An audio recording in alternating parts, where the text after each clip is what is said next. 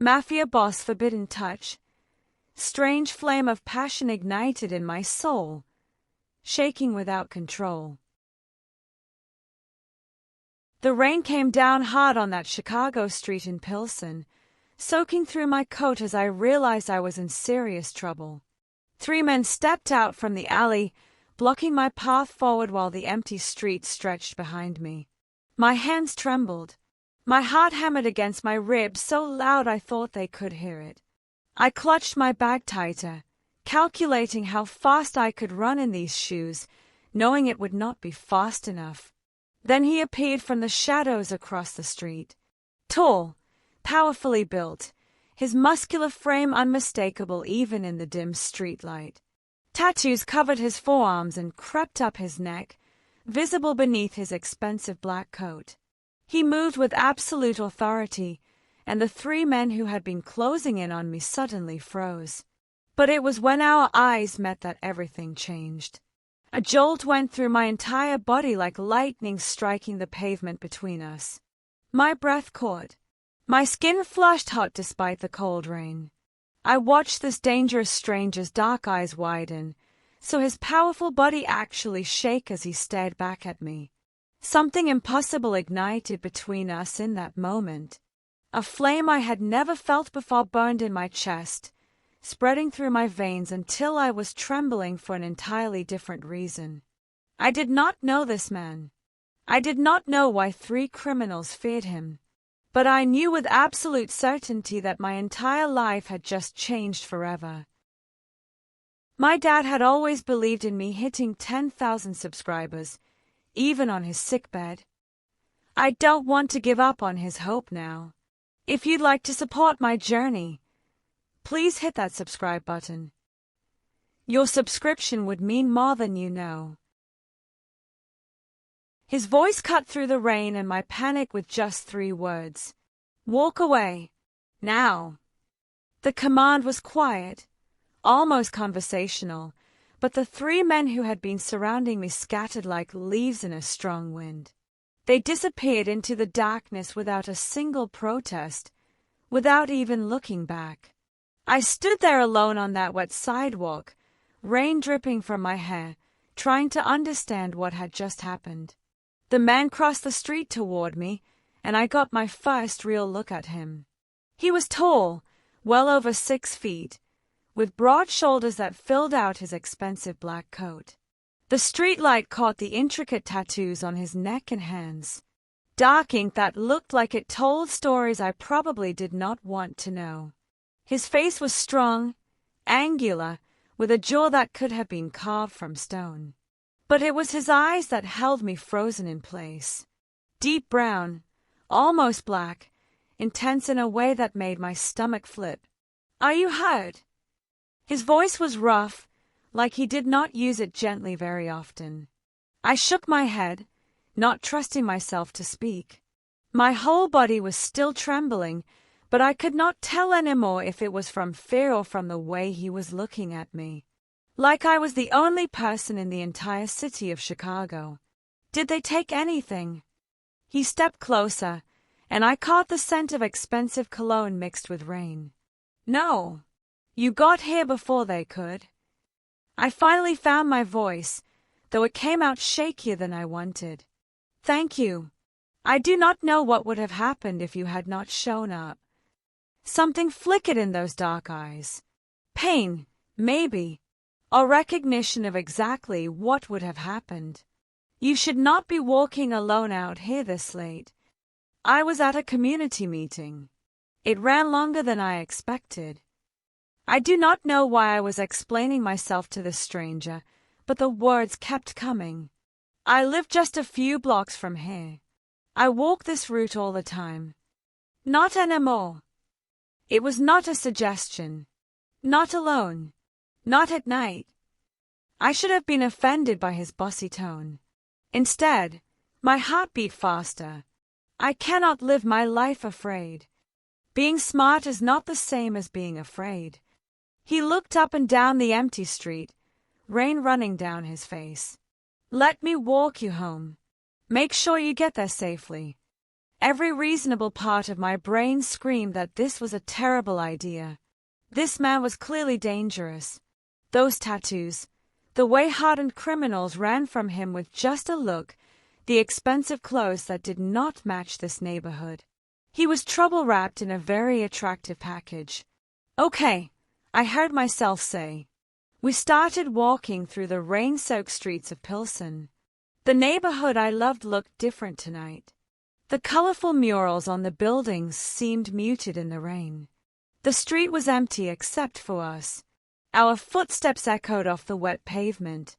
"I am Selma," I offered after a block of silence.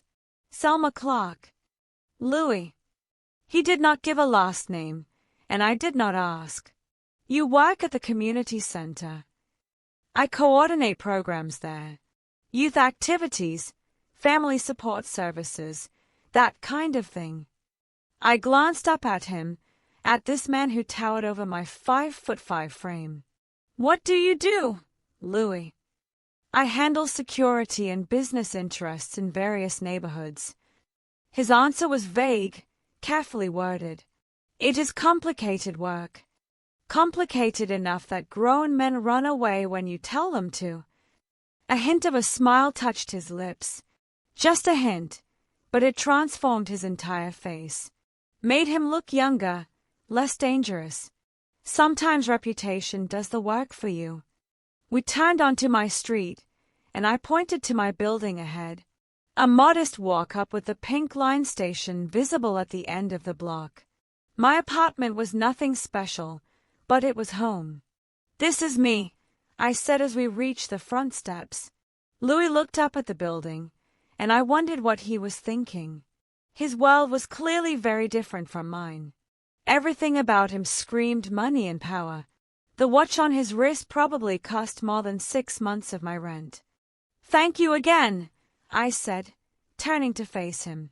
"For what you did back there. For walking me home. Anyone would have done the same." "No." I shook my head. "They would not have. Most people would have kept walking, not wanted to get involved." We stood there looking at each other, rain falling around us, and I felt it again. That pull I had felt when our eyes first met. Stronger now, up close. It was like standing too near a fire, feeling the heat on my skin, knowing I should step back but unable to move. Louis seemed to feel it too. I watched his jaw tighten, watched him take a breath like he was steadying himself. "I should make sure those men do not come back," he said, but he did not move. "That you are safe." "I will be fine. I will lock my door, double bolt it." "Good." Still, he did not leave. "Selma, I need you to be careful. Those men tonight, they were not random street criminals. They work for people who would not be happy I intervened." My stomach dropped. "Are you saying they might come back for me?" "No." His voice was firm, absolute. "I am saying they will not bother you again. I will make sure of it. But you need to be aware that not all danger looks dangerous." The irony was not lost on me. Here I was, being warned about danger by possibly the most dangerous man I had ever met. "I will be careful," I promised. Louis reached out slowly, giving me time to pull away if I wanted to. His large hand engulfed mine, warm despite the cold rain. The moment our skin touched, electricity shot up my arm and straight to my heart. My breath caught audibly. I saw his eyes widen, saw his powerful body actually shake. It was the strangest sensation. Like every nerve in my body suddenly woke up and recognized something it had been searching for. My hand fit in his like it was meant to be there. The rough calluses on his palm, the strength in his fingers, the way his thumb brushed across my knuckles sent warmth flooding through me that had nothing to do with temperature. "Selma." My name on his lips sounded like a prayer and a curse all at once. We stood there, hands joined, rain falling, the city sounds fading into background noise. I looked up into his face and saw my own confusion reflected back at me. This should not be happening. We were complete strangers from completely different worlds. But something had ignited between us on that dangerous street, and now it burned brighter with every second of contact. Louis released my hand abruptly, stepping back like I had burned him. Maybe I had. Maybe we had burned each other. Good night, Selma Clark. His voice was rough again, strained. Lock your door. Good night, Louis. I watched him walk away into the rain, his tall figure disappearing into the darkness of the Chicago night. My hand still tingled where he had touched it. My heart still raced in my chest. I climbed the stairs to my third-floor apartment in a daze, unlocked my door, stepped inside, and locked it behind me just like I had promised. Then I leaned back against that door and tried to catch my breath. What had just happened to me? I had been walking home from a meeting, and now my entire world felt tilted on its axis. One look from a stranger and I was shaking. One touch of his hand and I felt more alive than I had in years. I touched my fingers to my lips, remembering the intensity in his dark eyes. Louis. I did not even know his last name. Did not know what kind of business he was really in, though I had my suspicions. Did not know if I would ever see him again. But I knew, with a certainty that terrified and thrilled me in equal measure, that I wanted to. Somewhere out in the rainy Chicago night, Louis was probably already forgetting about the woman he had helped. Going back to his complicated, dangerous life. Moving on like tonight had been just another ordinary evening. Except I had seen the way he looked at me, had felt the way his hand shook when he touched mine, had heard the strain in his voice when he said my name. No, Louis was not forgetting me any more than I could forget him. Whatever this was between us, whatever strange flame had ignited on that rain-soaked street, it was not finished. It was only beginning. I pushed away from the door and walked to my window, looking out over the lights of Pilsen. My hands were still trembling. My heart was still racing. And deep in my soul, that flame Louis had ignited burned warm and bright, promising that my safe, predictable life was about to become anything but. Louis told himself he would not think about her. 3 days passed, and he thought about nothing else. He sat in his office overlooking the Chicago River, watching boats cut through the dark water 20 floors below, and saw only her face. Those eyes that had looked at him without the fear he was accustomed to seeing. That smile she had given him despite the rain and the danger. The way her small hand had felt in his, sending shockwaves through his entire body. He had built an empire on control. Every decision calculated, every move strategic, every emotion locked away where it could not be used against him. His office reflected that control. Clean lines, expensive furniture, floor-to-ceiling windows that let him see threats coming from any direction. This space was his command center, the place where he managed operations that stretched across Chicago's neighborhoods. But for 3 days, he could not focus on any of it. His second-in-command had given him concerned looks during their morning meeting. Louis had lost track of the conversation twice, his mind wandering to a rain-soaked street in Pilsen, to a woman with compassion in her eyes who worked at a community center helping families, a woman who represented everything his world was not. He stayed late at the office the first night, reviewing contracts and financial reports until the numbers blurred together. The second night, he took a meeting at a restaurant in River North, discussing territory agreements with associates. He barely tasted the expensive food. The third night, he told himself he would go home to his luxury apartment in Streeterville, pour himself a drink, and finally get Selma Clark out of his head. Instead, at 10 o'clock on that third evening, Louis found himself in his car driving south, away from the gleaming towers of downtown, away from his world of power and control, toward Pilsen. He had no legitimate reason to be in this neighborhood, no business to conduct, no meetings to attend. He was just driving through streets he knew too well, telling himself he was being ridiculous, telling himself to turn around and go home. But his hands kept the wheel steady, kept the car moving forward. The community center appeared on his right. Most of the lights were still on inside despite the late hour. Louis slowed down, cursing himself for his weakness, unable to help himself. Then he saw her. Selma stood outside the front entrance with 3 other people, all of them carrying boxes. She was laughing at something one of the volunteers had said. Her whole face lit up with joy. She wore jeans and a simple sweater, her hair pulled back in a ponytail. Nothing fancy, nothing designed to attract attention. She was just herself, genuine and warm, and Louis felt like someone had reached into his chest and squeezed his heart. He pulled the car to the curb across the street, knowing he should drive away, knowing this was dangerous in ways that had nothing to do with his business or his reputation. This woman could hurt him worse than any rival ever could. Selma set down her box and looked up. Across the busy street, through the evening traffic, her eyes found his. Just found them, like she had known exactly where he would be. Time stopped. The cars moving between them disappeared. The sounds of a city faded. There was only her, only him, only this impossible connection that made no sense and felt more real than anything in his carefully constructed life. Louis watched her say something to the volunteers, watched her check for traffic, watched her cross the street toward him. Every step she took made his pulse race faster. He got out of the car because staying inside felt cowardly, and whatever else he was, Louis Hamrick was not a coward.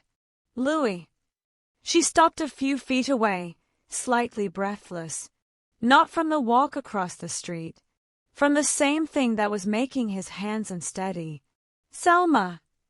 He drank in the sight of her, this woman he had not been able to forget for 3 days.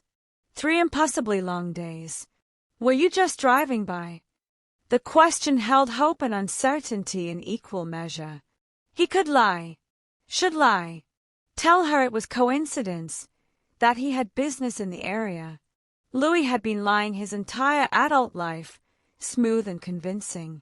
But looking into her eyes, he could not do it. No. I came here hoping to see you. The honesty shocked them both. Selma's lips parted slightly, her breath catching. You did. I should not have. This is not smart for either of us. Even as he said it, Louis moved closer. But I have not been able to stop thinking about you since that night. I have not stopped thinking about you either. Her confession was barely a whisper. I kept hoping you would come back. Kept looking for you every time I walked these streets. The knowledge that she had been searching for him the same way he had been drawn to her made that flame in his chest burn hotter. Louis looked at this woman who should terrify him with how much power she already had over him, and felt something he had not experienced in years. Hope, would you like to get coffee? Selma asked, her voice soft but steady. There is a place nearby. Cafe Jumping Bean, just down the street near the murals. Best coffee in the neighborhood. Louis knew what saying yes meant. Knew that walking into a cafe with her, sitting across a table, talking like normal people, would make this thing between them harder to walk away from. He had built his life on making smart choices, on protecting himself from vulnerability. I would like that very much, he heard himself say. Selma's smile could have lit up the entire city. She called over to the volunteers that she was leaving, grabbed her jacket from inside the center, and came back to him. They started walking together down 18th Street, past the vibrant murals that made this neighborhood famous. The cool October air carried the scent of food from nearby restaurants.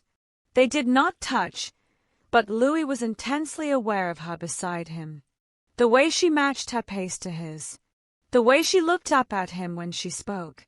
The way being near her made him feel both completely off balance and more centered than he had felt in days. The cafe was small and cozy, with local art on the walls and the rich smell of coffee and chocolate filling the air. They found a table in the corner, away from the handful of other customers. Louis felt too large for the small chair, too dangerous for this warm, welcoming space. But Selma looked at him like he belonged here, like his presence was wanted, and he found himself relaxing in ways he never did in public. "What can I get you?" Selma asked, glancing at the menu board. "Whatever you recommend." "Mexican hot chocolate. Trust me, it will change your life." Louis almost laughed. She had no idea she had already done exactly that 3 days ago in the rain. The hot chocolate would just be a bonus. When she came back with 2 steaming mugs topped with whipped cream, Louis took his first sip and had to admit she was right. Rich, smooth, with hints of cinnamon that warmed him from the inside out. "Good?" Selma asked, watching him over the rim of her own mug. "Very good." They sat there in that corner of Café Jumping Bean, surrounded by the comfortable noise of a neighborhood coffee shop, and started talking. Really talking. About Chicago, about the changing seasons, about favorite places in the city. Safe topics that slowly gave way to deeper ones. Louis found himself watching the way Selma's eyes sparkled when she talked about her work. The passion in her voice when she described the youth programs, the families she helped, the community she loved. She believed in people, in second chances, in the power of compassion. Everything he had spent years being cynical about. But listening to her, seeing the genuine care in her expression, Louis found himself wanting to believe too. His controlled life was crumbling. The walls he had built were developing cracks. And sitting across from Selma Clark in a small cafe in Pilsen, Louis realized he did not want to stop it. Whatever this was, wherever it led, he was already in too deep to walk away. "Tell me about your work," Selma said, wrapping her hands around the warm mug. "The real story, not the vague version." Louis studied her across the small table. Most people did not push. They accepted his careful answers and moved on, either from politeness or fear. But Selma looked at him with clear eyes that demanded honesty, even if that honesty was uncomfortable. "I handle security and business interests across several Chicago neighborhoods," he said slowly, choosing his words with care. "I make sure certain operations run smoothly. I protect people and territory. Sometimes that protection requires making hard choices. Choices that involve danger." "Yes." He held her gaze. "My world is not clean, Selma. It is not simple or easy to explain. There are parts of it I am not proud of, and parts that are necessary for survival. I live by a code, but it is not the one most people follow." Selma was quiet for a moment, her fingers tracing the rim of her mug. Louis waited for her to make an excuse, to say this was a mistake, to walk away from a man who had just essentially confirmed he operated outside the law. "Are you a good man, Louis?" she asked instead. The question caught him off guard. "I do not know if good is the right word." "Do you hurt people who do not deserve it?" "No." "Do you protect people who cannot protect themselves?" Louis thought about the neighborhoods under his influence. The families who walked safely at night because he made sure predators knew there would be consequences. The small businesses that operated without being squeezed by more violent criminals. "Yes, when I can." "Do you have honor, even if it looks different than what society expects?" "I try to." His voice was rough. "I have lines I will not cross, principles I will not compromise." Selma leaned forward slightly, her eyes never leaving his. "Then I think you are a better man than you give yourself credit for." "Complicated, yes. Dangerous, absolutely. But not bad, not evil." Something shifted in Louis's chest. This woman who barely knew him saw things he had stopped seeing in himself years ago. Saw past the reputation and the fear he inspired to something deeper. "You should be more cautious," he said quietly. "You should not be sitting here with me, looking at me like that." "Like what?" "Like you believe I could be something I am probably not." Selma reached across the table, her small hand covering his larger one. The touch sent electricity racing up his arm, that now familiar jolt that happened every time their skin connected.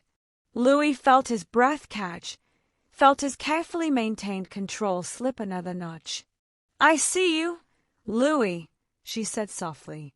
"Not just the dangerous parts. I see the loneliness. I see someone who has spent so long protecting himself that he forgot what it feels like to let someone in." Her words hit like a physical blow because they were true. Completely, devastatingly true. Louis had spent years building walls, keeping everyone at a distance, convincing himself that isolation was strength. But this woman had looked past those walls with one rain-soaked glance and seen the truth underneath. "You are right," he admitted, his hand turning under hers so their palms pressed together. "I have been alone for a long time. It is safer that way. Safer for me, and safer for anyone who might get close. Safer is not the same as better." "No." Louis looked down at their joined hands, at the contrast between his tattooed skin and her unmarked fingers. "But Selma, we come from very different worlds. You work with families and children. You believe in community and helping people. I operate in shadows. I make decisions that would horrify you if you knew the details." "Maybe."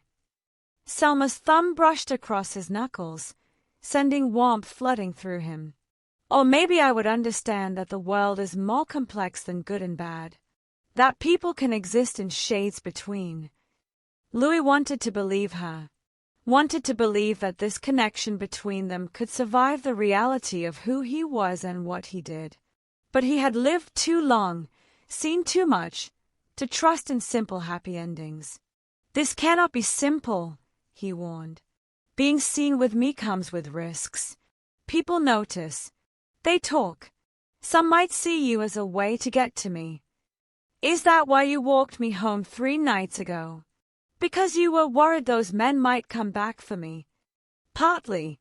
But mostly because I could not bear the thought of walking away and not knowing you were safe." The confession hung between them, raw and honest. Selma's eyes softened, and she squeezed his hand gently.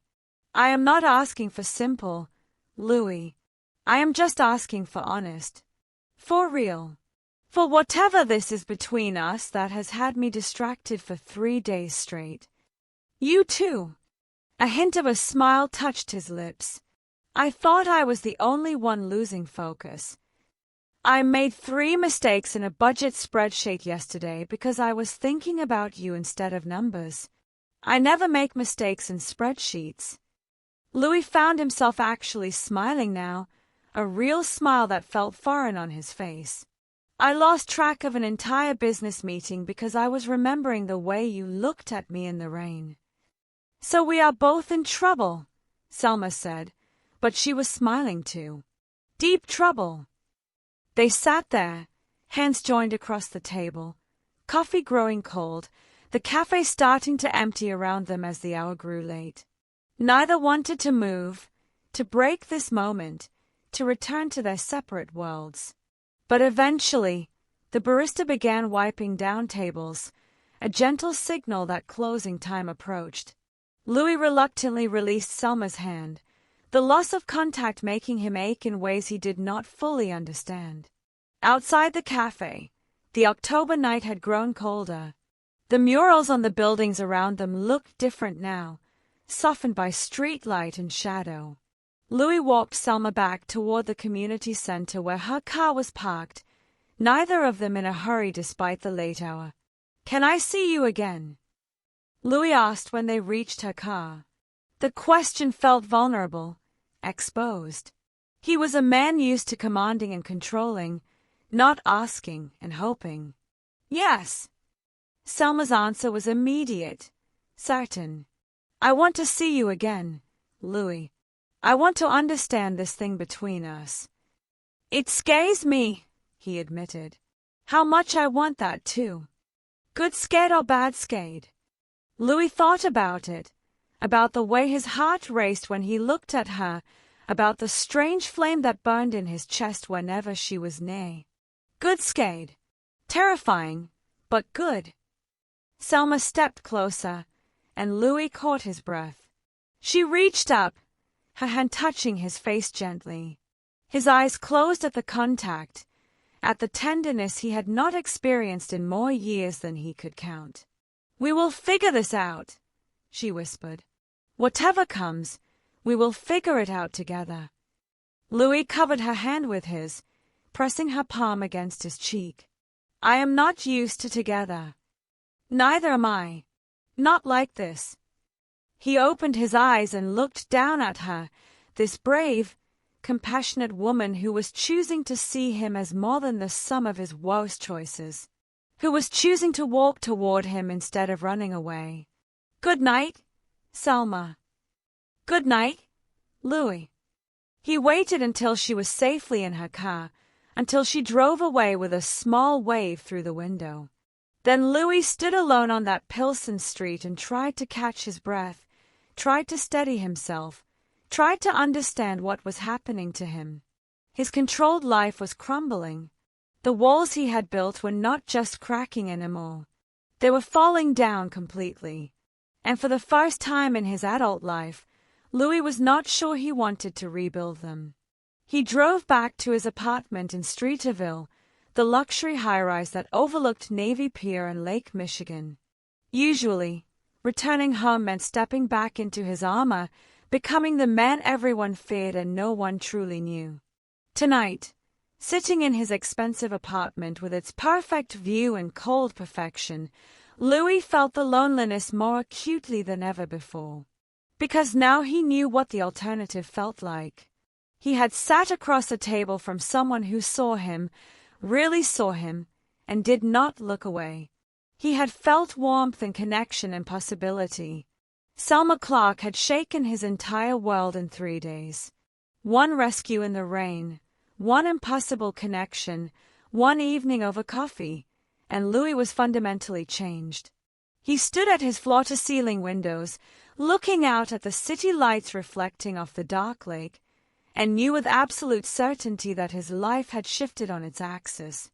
There was before Selma, and there would be after Selma, and he could never go back to the man he had been. The flame she had ignited burned steady and true in his chest, warming places that had been cold for too long.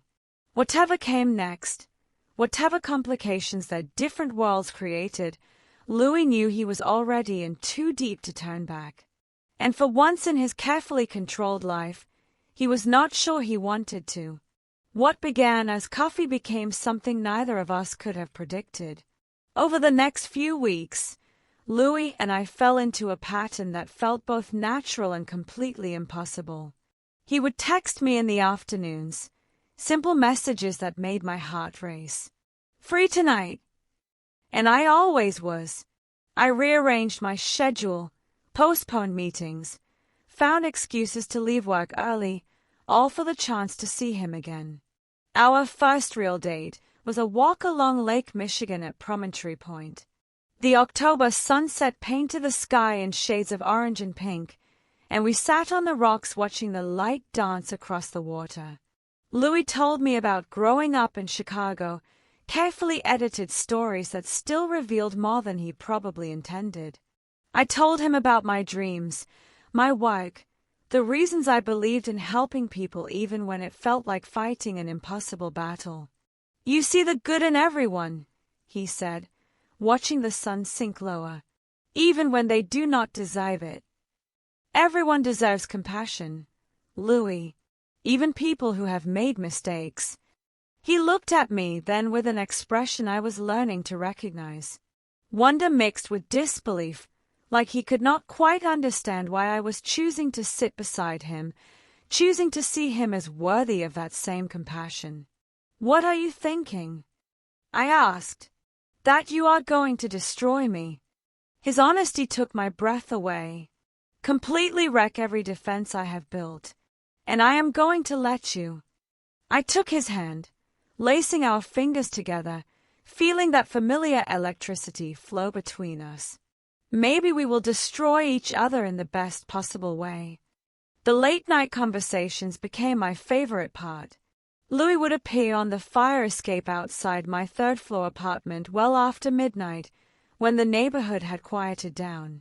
I would hear the soft knock on my window and open it to find him there, this powerful man climbing metal stairs to sit with me under the stars. We talked about everything and nothing. About Chicago and the way the city transformed through the seasons. About books and music and the small moments that made life meaningful. Louis had read more than I expected, classical literature mixed with philosophy and history. His mind was sharp and hungry for knowledge, probably because formal education had not been an option for him growing up. "I taught myself most of what I know," he admitted one night, sitting close enough that our shoulders touched. "Read everything I could get my hands on. Figured knowledge was power, and I needed every advantage I could get." "You are one of the smartest people I have ever met," I said honestly. "Book smart does not mean street smart. You are both. That is what makes you dangerous." Louis turned to look at me, his dark eyes intense in the dim light from my apartment. "Does my being dangerous scare you?" I thought about it, really considered the question. It should, but no, because I see how you use that danger. You protect more than you harm. You build more than you destroy. You give me too much credit. You do not give yourself enough. He kissed me for the first time that night on my fire escape, 3 floors above the Pilsen streets. His lips were warm despite the cold air, gentle despite his strength. The kiss started soft and careful, like he was afraid of breaking me. But when I responded, when I pulled him closer, it deepened into something that left us both breathless. When we finally pulled apart, Louis rested his forehead against mine. "I have wanted to do that since the moment I saw you in the rain." "What took you so long?" "Fear. Of this, of you, of how much I already feel." I understood completely because I felt it too. This connection between us was intense in ways I had never experienced. Every moment together made it stronger, made the thought of being apart more difficult to bear. Louis started showing me his Chicago, the parts tourists never saw. He took me to a hidden garden in Bridgeport, tucked behind an old warehouse, where flowers still bloomed despite the advancing autumn. Someone had created this secret space years ago, and Louis had been coming here since he was a teenager. "This is where I used to think," he said as we walked the narrow paths between wildflowers and carefully tended roses. "When everything got too heavy, too complicated, I would come here and remember that beauty still existed." It is wonderful. Thank you for sharing it with me. I have never brought anyone here before. He looked around the garden like he was seeing it fresh through my eyes. This felt like the right time. Another evening, he took me to a rooftop in West Loop that had the most incredible view of the Chicago skyline. We stood at the edge, the city spreading out before us in a million lights, and I felt his arm come around my waist, pulling me close. "This is my city," Louis said quietly. "Every neighborhood, every street. I know it all, but looking at it with you makes it feel new again." I leaned into his warmth, his strength, feeling safe in ways that should have been impossible given who he was and what he represented. But safety was not about the absence of danger. It was about trust, and I trusted Louis completely. We discovered a small restaurant in Chinatown Square that served dumplings until 2 in the morning. It became our place, the spot we would end up at after evening walks or late conversations. The elderly woman who ran it recognized us by the third visit, always seating us at the same corner table, bringing us tea without asking. "She thinks we are together," Louis said one night, watching the owner smile at us knowingly. "We are together. You know what I mean. She thinks we are a couple. Are we not?" The question hung between us, vulnerable and necessary. Louis reached across the table, taking both my hands in his. "I want us to be. God help me, Selma. I want that more than I have wanted anything in years. But I need you to understand what you are agreeing to. Being with me means accepting my world, accepting the complications and the risks." "I understand. Do you?" His grip tightened slightly. "People will talk. They will wonder what someone like you is doing with someone like me. Your friends will worry. My associates will see you as a weakness, something they could potentially use against me. There will be times I cannot tell you everything about where I am going or what I am doing. Times when my past will show up in our present." I listened to all of it, heard the warning and the fear beneath his words. Louis was trying to give me an out, trying to be honorable even as he desperately wanted me to stay. "I am not walking away," I said firmly. "I am choosing this, choosing you, with my eyes open. Yes, it is complicated. Yes, our worlds do not make sense together. But this thing between us, Louis, this connection we have, it is real. It matters. And I am not going to run from something real just because it is difficult." Relief and something deeper flooded his expression. "I am falling in love with you," he said, the words rough and honest. "I know it is too soon. I know we have only known each other a few weeks. But I need you to know that what I feel, it is not casual. It is not simple. You have completely changed everything for me." My heart felt too large for my chest. "I am falling in love with you too. And you are right, it is not simple. But it is ours." The forbidden nature of what we were building only made it more intense. Every stolen moment felt precious. Every kiss carried the weight of knowing we were choosing each other against the odds. Louis was opening up in ways I suspected he never had before, showing me vulnerable parts of himself he kept hidden from everyone else.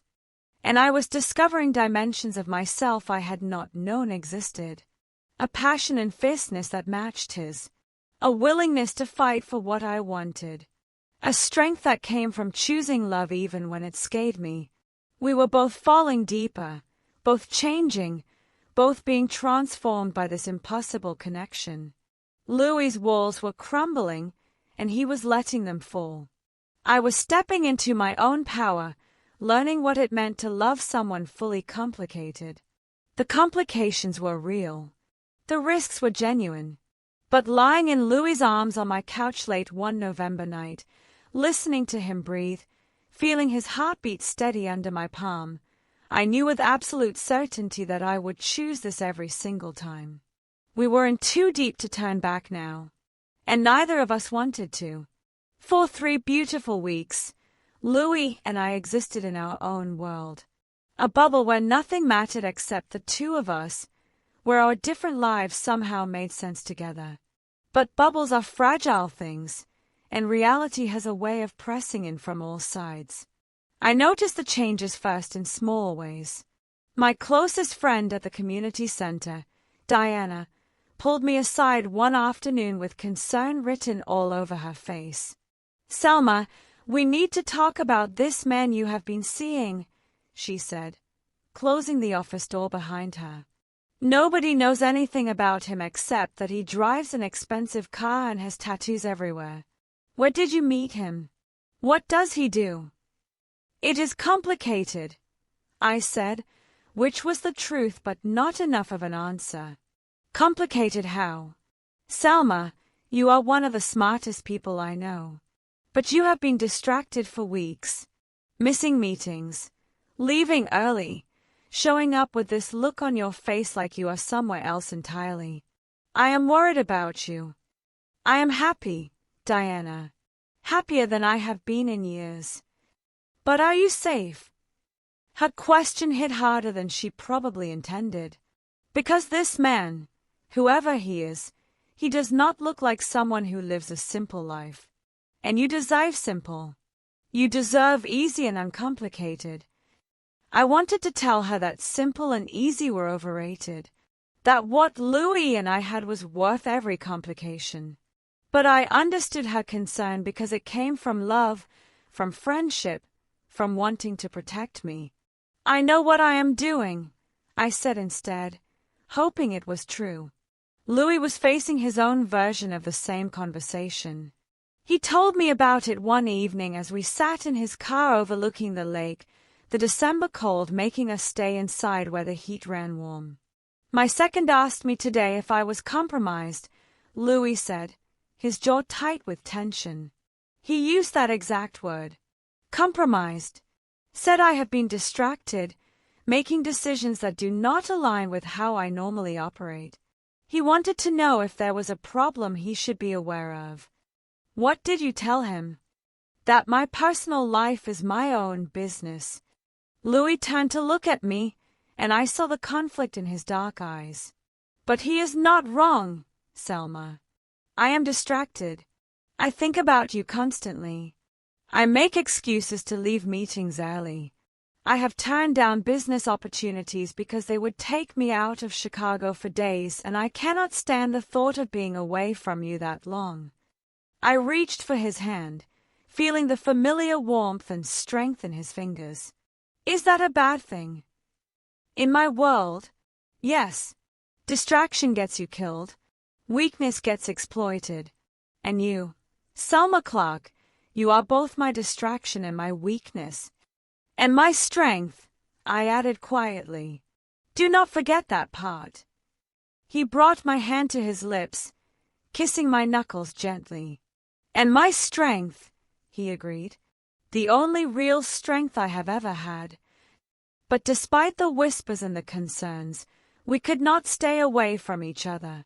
Our connection had deepened in ways that went beyond the physical, though that part was becoming increasingly intense too. Louis' touch set my skin on fire. His kisses left me breathless and wanting more.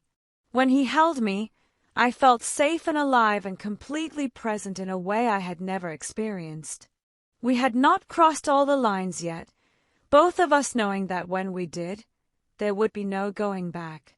The anticipation built between us like a storm gathering strength, every touch and kiss bringing us closer to that inevitable moment. Louis wanted to give me something special, something that showed me his world at its best rather than its worst. So he made reservations at one of Chicago's most exclusive restaurants in the Gold Coast neighborhood, a place where the wealthy and powerful dined on food that cost more than most people's weekly groceries. I want to take you somewhere beautiful, he said when he picked me up that evening. Somewhere worthy of you. I had bought a new dress for the occasion, something simple but elegant in deep blue that made Louis stop and stare when I opened my door. You are stunning, he said, his voice rough with emotion and something deeper.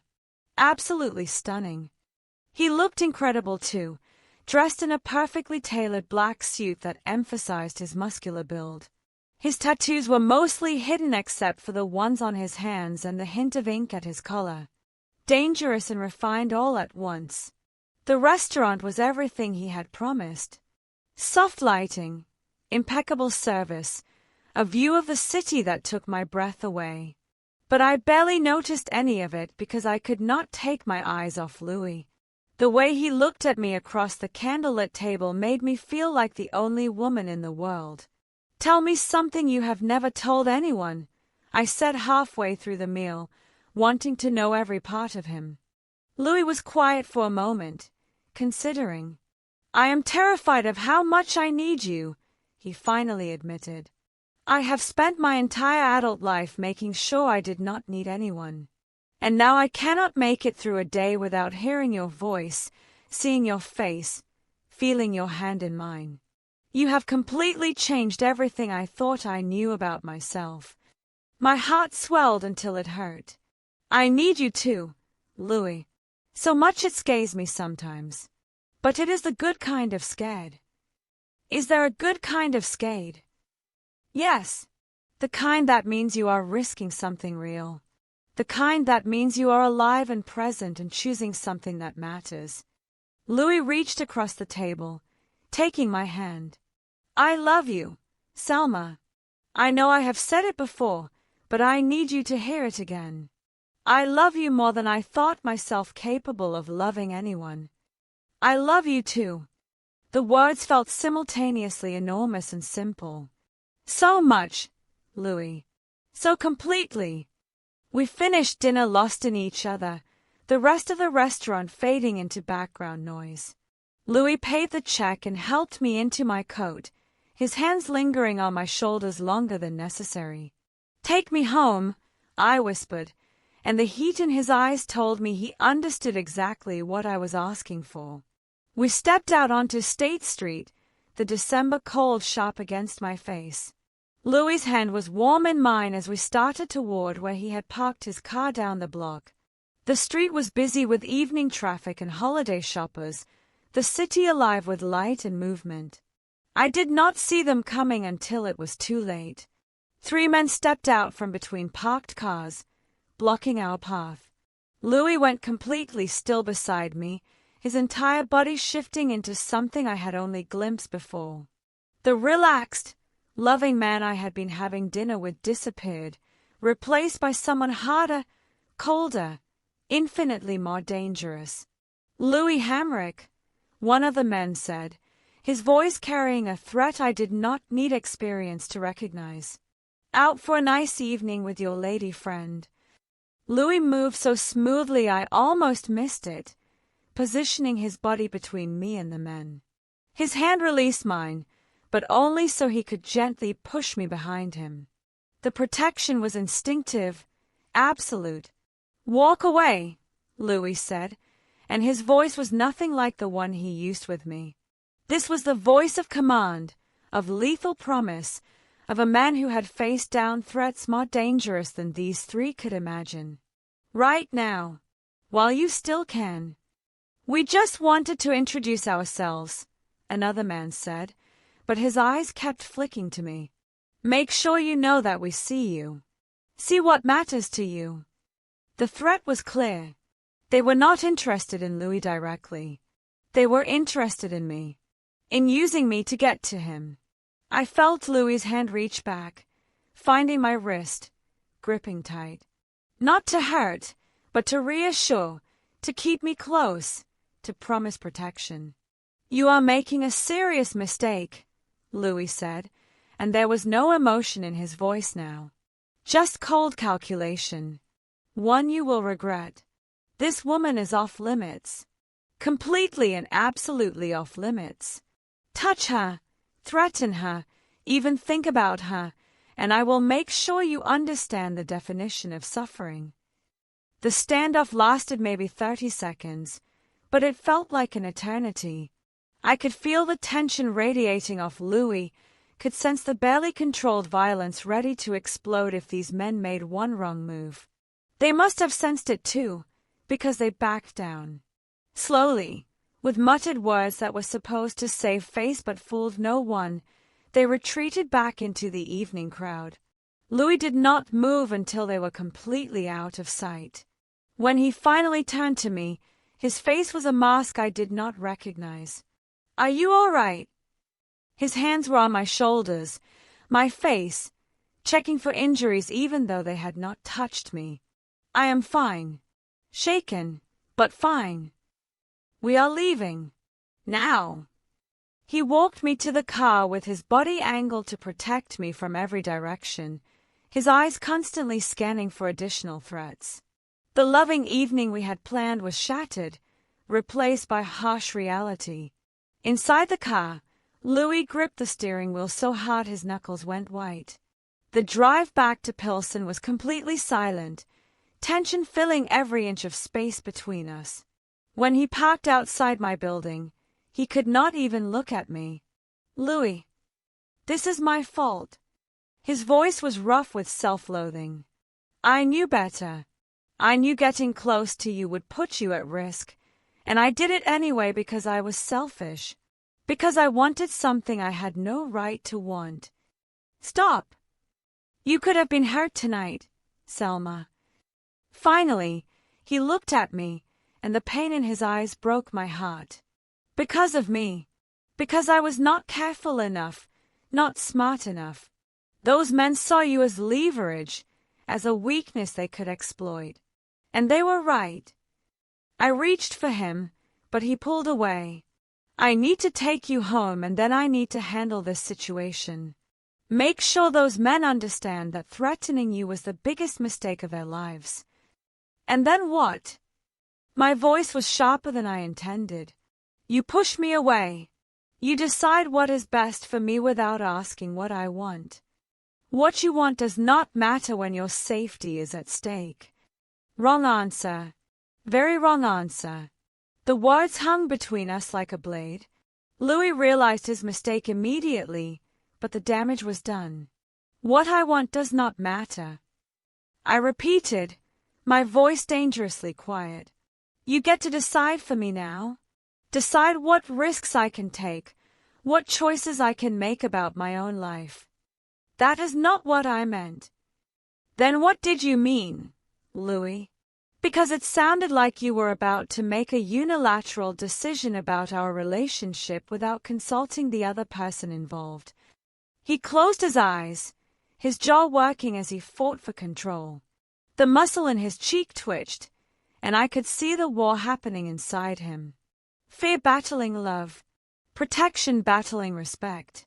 I cannot lose you, he finally said, his voice breaking on the words. I cannot be the reason you get hurt. I would rather walk away and know you are safe than be selfish and put you in danger. My anger softened, but I did not back down. That is not your choice to make alone. Selma! No! Listen to me. I reached across the console, forcing him to look at me. I am not some helpless person who needs you to make decisions for her. I am a grown woman who understands exactly what I am getting into.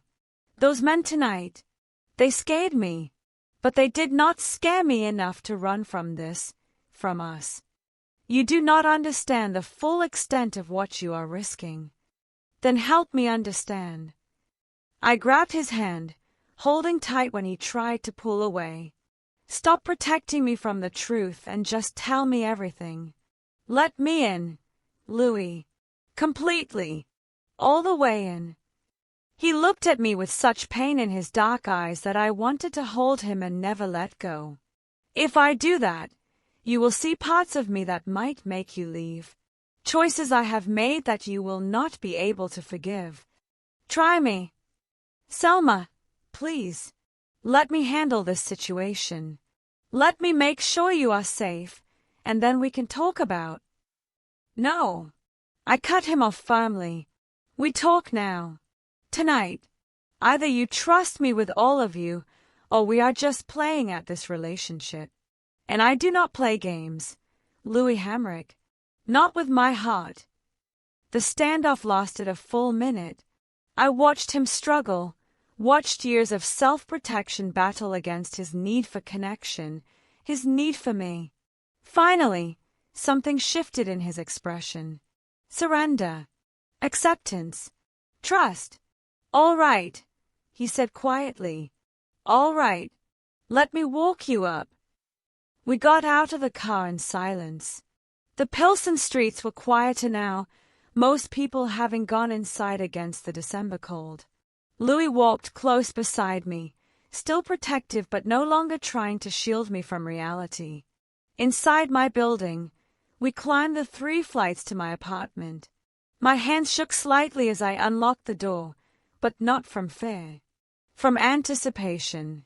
From knowing that whatever happened in the next hour would determine our entire future. My apartment looked the same as always. Small but comfortable, with my second-hand furniture and the plants I somehow kept alive despite my busy schedule. But having Louis here tonight felt different. More significant. Like we were crossing a threshold that would change everything. "Sit," I said, gesturing to the couch. "I am going to make tea, and you are going to start talking." Louis sat, looking too large for my small couch, too powerful for my gentle space. But he waited patiently while I put the kettle on, while I brought 2 mugs to the coffee table, while I settled beside him close enough to touch. "I do not know where to start," he admitted. "Start at the beginning. Start with who you really are and how you became this person." Louis took a deep breath, and I watched him make the conscious choice to drop every defense, to show me the man beneath the armor. "I grew up west of the Chicago Loop, in neighborhoods where survival was not guaranteed," he began, his voice low and steady. "My father left before I was born. My mother did her best, but she was working 3 jobs just to keep us fed. I was on my own a lot, learned early that the world did not care if you were a kid or scared or just trying to make it to tomorrow. I stayed quiet, my hand finding his, giving him the anchor he needed to continue. I was 12 when I got recruited into running errands for local dealers. Small stuff at first. Delivering messages, keeping watch. I told myself it was just temporary, just until things got better. But things never got better. They got worse. My mother died when I was 15. Heart attack from working herself to death trying to give me a better life. His voice cracked slightly, and I squeezed his hand. I had a choice after she died. Foster care or the streets. I chose the streets because at least there I understood the rules. You protect your own. You honor your word. You never show weakness. Louis looked at me, his eyes reflecting years of pain. I was good at it, Selma. Good at reading people, at strategy, at doing what needed to be done. By the time I was 20, I was running my own crew. By 25, I controlled significant territory. What does that mean exactly? Controlled territory. It means I oversee criminal operations in several Chicago neighborhoods. Protection, gambling, some financial services that exist outside traditional banking. I do not deal drugs, I do not traffic people, and I do not allow violence against civilians. Those are my lines. But I am not going to pretend the work is legal or that my hands are clean.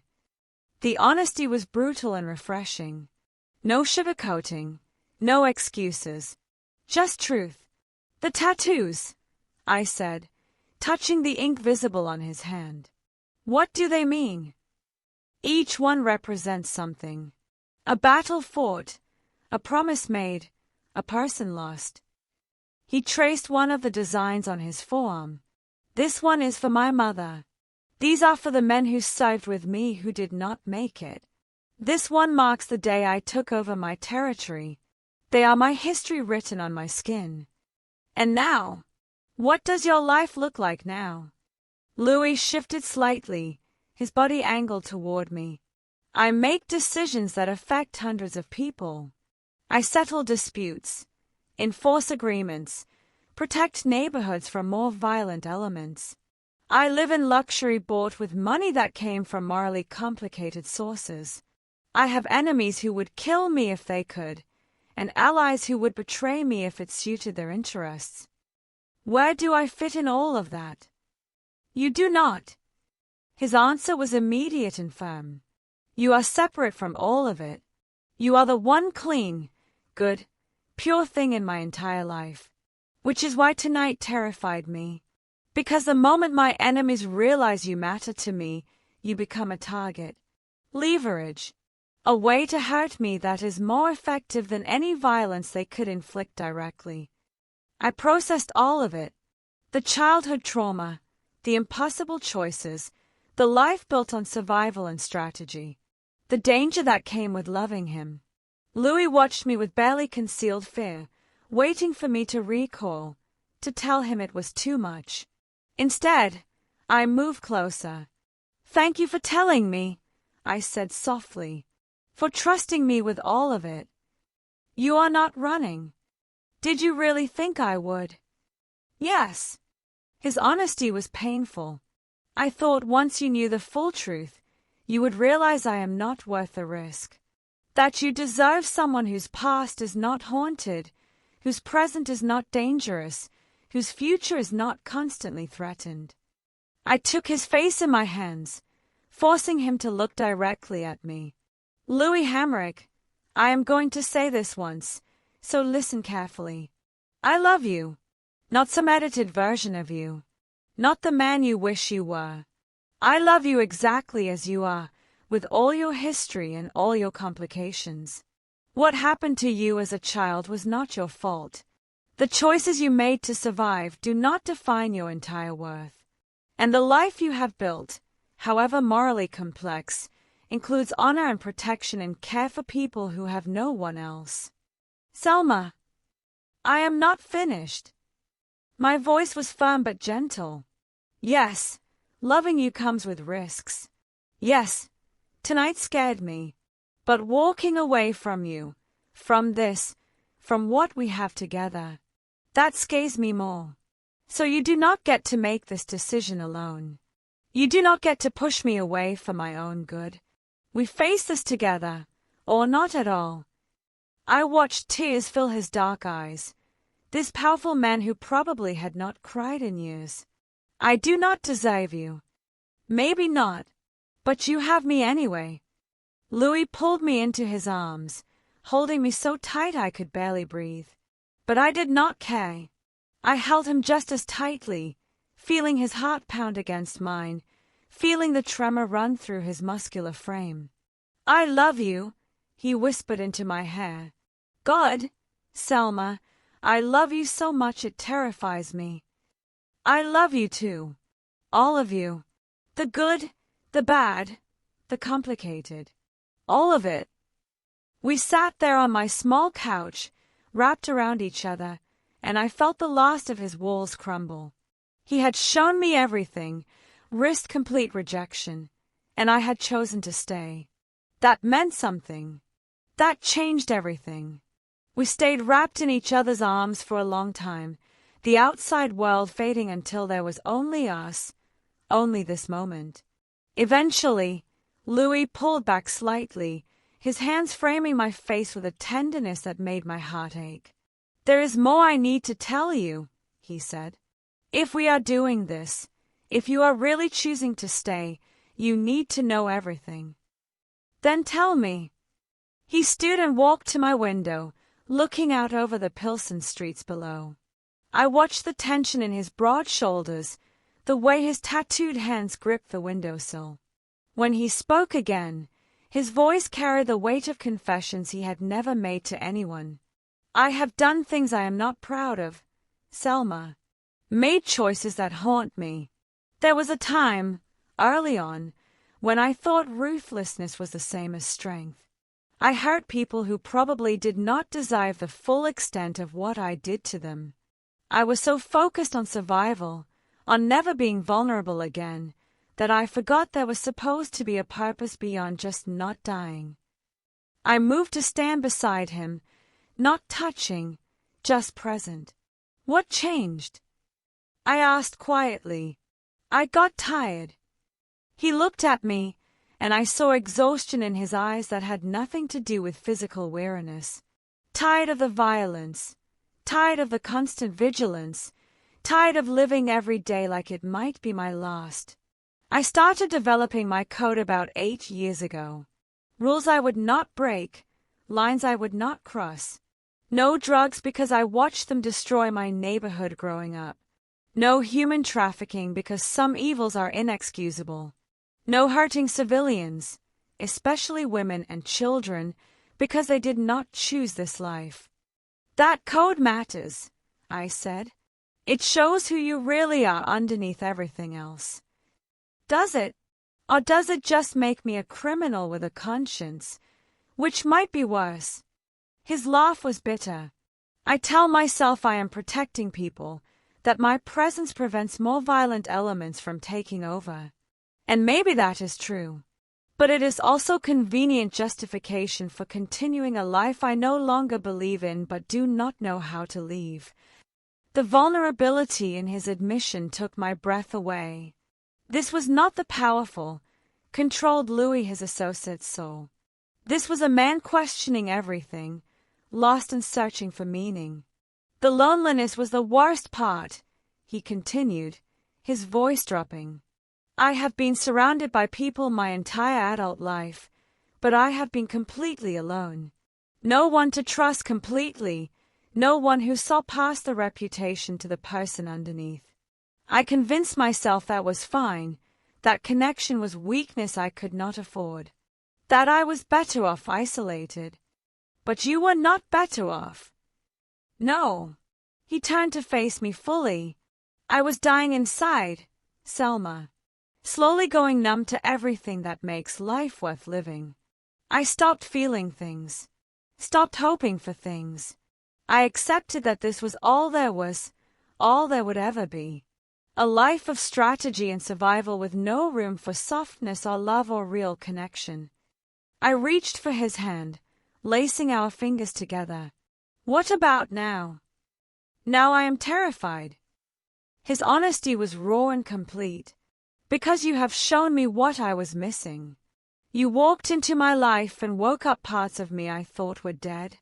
You look at me like I am worth something beyond my usefulness or my power. Like I am just a man who deserves compassion and understanding. And I want that so desperately, Selma. I want to be seen by you, to be known by you, to be loved by you. But I have spent so long believing I was unworthy of real love that I do not know how to accept it. My heart broke and sobbed at the same time. This powerful man, feared across Chicago, was standing in my small apartment confessing his deepest insecurities, his desperate need for connection, his fear that he was fundamentally unlovable.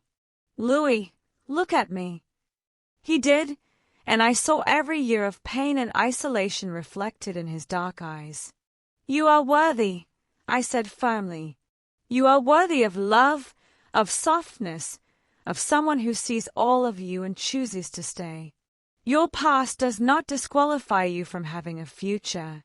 Your mistakes do not mean you cannot be loved. You are a complicated, flawed, beautiful human being, and I love every part of who you are. How? The word came out broken. How can you love someone like me? Because I see you. Not just the dangerous exterior or the powerful reputation. I see the man who climbs my fire escape at midnight just to talk. The man who shows me secret gardens and shares his city with me.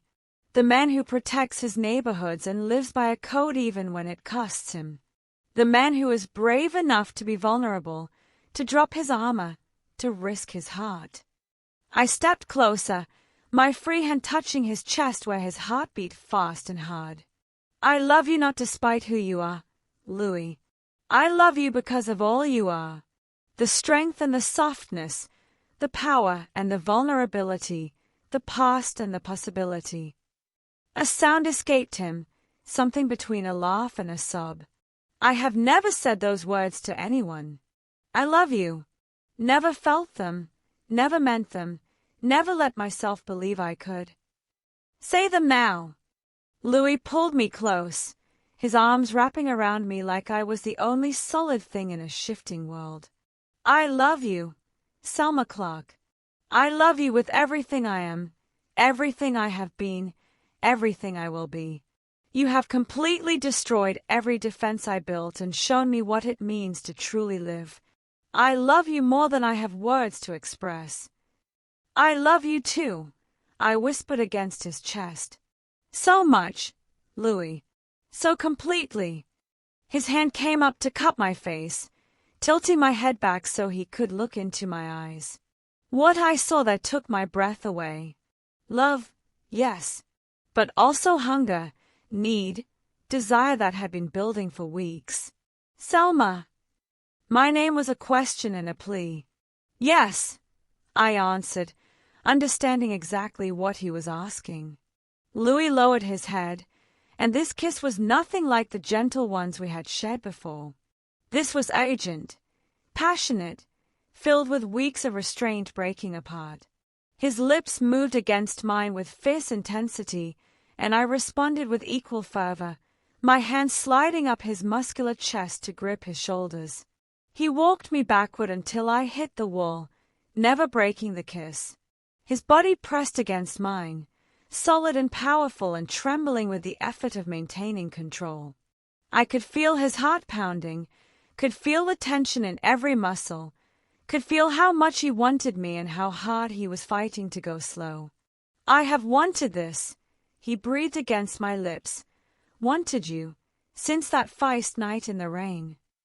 Then stop holding back. Louis groaned, the sound rumbling from deep in his chest. His kiss became more demanding, his hand sliding into my hair, tilting my head for better access. I met his passion with my own, pouring weeks of longing into every touch, every kiss, every breathless moment. When we finally broke apart, both breathing hard, Louis rested his forehead against mine. Tell me to slow down if I am going too fast. You are not going too fast. I looked up at him, at this man I loved with my whole heart. I want this, Louis. I want you. All of you. He kissed me again, softer this time but no less intense. I have never felt like this, he confessed between kisses. Never wanted someone the way I want you. Never needed someone the way I need you. I know. I feel it too. We moved to the couch, unable to stop touching, unable to bear any distance between us. Louis pulled me onto his lap, and I went willingly, my legs on either side of his, our bodies aligned in a way that made us both gasp. Selma! He said my name like a prayer, his hands running down my back, pulling me closer. You have no idea what you do to me. Show me. And he did, with kisses that left me breathless, with touches that set my skin on fire, with whispered words of love and need and absolute devotion. We stayed there on my couch as the night deepened around us, learning each other, loving each other, surrendering completely to this connection that had transformed us both. Louis held nothing back now. Every kiss carried the weight of his love, every touch promised protection and passion, every whispered word revealed the depths of his feelings. And I gave myself to him just as completely, showing him through every response that he was wanted, worthy, loved beyond measure. When we finally pulled apart, flushed and breathless, Louis looked at me with wonder in his dark eyes. I am yours, he said simply. Completely and absolutely yours, Selma, for as long as you will have me. I touched his face gently, tracing the strong line of his jaw. Forever, then, because I am not letting you go. Forever, he echoed, and kissed me again with a tenderness that made tears spring to my eyes. We had crossed the threshold. No more walls, no more holding back, no more fear keeping us apart. Just love, raw and real and absolutely worth every risk. The night Louis and I surrendered to each other changed everything. I woke up the next morning in his arms, sunlight streaming through my apartment windows, and felt different. Stronger, more certain of who I was and what I wanted. Loving Louis did not diminish me the way some people feared it would. It empowered me. I discovered a fierceness in myself I had not known existed. A willingness to fight for what mattered, to stand my ground, to refuse to let fear dictate my choices. Being with a dangerous man did not make me weak. It revealed strength I had always possessed but never fully claimed. I noticed it first at work. When a city official tried to cut funding for our youth programs, I did not back down the way I might have before. I fought harder, argued more persuasively, refused to accept no as a final answer. Diana noticed the change immediately. What happened to you? She asked after I successfully secured additional grant money through sheer determination. You have always been passionate, but this is different. You are different. I just decided to stop apologizing for taking up space, I said. Stop making myself smaller to make other people comfortable. She studied me carefully. This is about that man, is not it, Louis? Partly. But mostly it is about me finally stepping into who I have always been. Louis was transforming too, in ways that surprised both of us. Loving me had given him something he had been missing his entire life. Purpose beyond survival. A reason to use his considerable power for building rather than just protecting or controlling. It started small. One morning, I arrived at the community center to find an anonymous donation had been made. Enough to fund our programs for 6 months and repair the building's failing heating system. I knew immediately where it had come from. You did not have to do that, I told Louis that evening. I wanted to. You work so hard for those families, and you should not have to worry about funding. Let me help, even if it has to be anonymous. Why anonymous? Because the work matters, not who is funding it. And because I do not want to complicate things for you by having people know the money comes from me. But the changes went deeper than financial support. Louis started using his influence differently in the neighborhoods under his control. Instead of just enforcing order, he actively protected families. When a more violent criminal element tried to move into Pilsen, Louis shut it down before it could take root. When local businesses were being pressured by outside gangs, Louis made sure they understood this territory was off limits. His second-in-command noticed the shift. Louis told me about the conversation over coffee one December morning. He asked me if I had gone soft, Louis said, a hint of amusement in his voice. Said my approach has changed, that I am making decisions based on community impact rather than just profit and power. What did you tell him? That maybe soft is not the insult he thinks it is. That strength includes knowing when not to use violence. That real power means protecting people who cannot protect themselves. Louis looked at me with warmth in his dark eyes. He did not know what to say to that. But I saw respect there too. Like maybe he had been waiting for me to realize there was more to this life than just survival. Not everyone in Louis's world approved of the changes. Some saw his relationship with me as a vulnerability, his softer approach as weakness. But others responded with cautious approval, like they had been hoping for exactly this kind of leadership but had not dared to ask for it. The bigger challenge was introducing Louis to my world. My friends and colleagues knew I was seeing someone, and their concern had only grown as weeks passed. Finally, I decided it was time for them to meet the man who had so completely changed my life. I started with Diana, inviting her and Louis to dinner at a restaurant in Pilsen. The evening was awkward at first. Louis, usually so confident, was visibly uncomfortable. He was used to being feared or respected, not casually getting to know someone over dinner.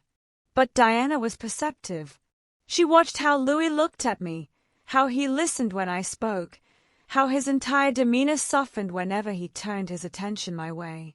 She saw the tattoos and the expensive watch and the dangerous edge, but she also saw the genuine love.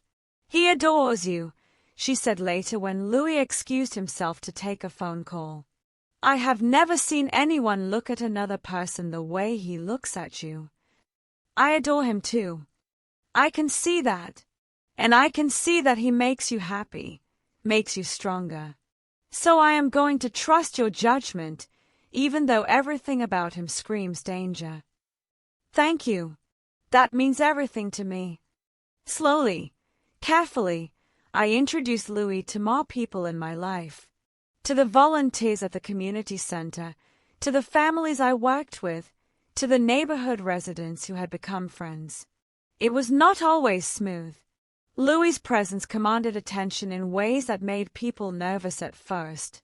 But his devotion to me won them over. The way he showed up at community events just to support me, The way he helped carry supplies without being asked. The way he listened respectfully when people talked about their struggles and needs. The way he treated everyone with dignity, regardless of their status or situation. "Your man is intense," one of the mothers from the youth program told me. "But he is good to you. I see how he protects you without making you small." That is Ray. Louis and I built a life that bridged our two very different worlds. We learned to navigate the complications, to protect our relationship while honoring our separate responsibilities. Some evenings, we attended events in his world, expensive dinners where powerful people discussed business I only partly understood. Other evenings, we volunteered together at the community center, Louis' imposing presence actually helping with some of the more challenging teenagers who responded to his direct, no-nonsense approach. Winter settled over Chicago with heavy snow and bitter cold.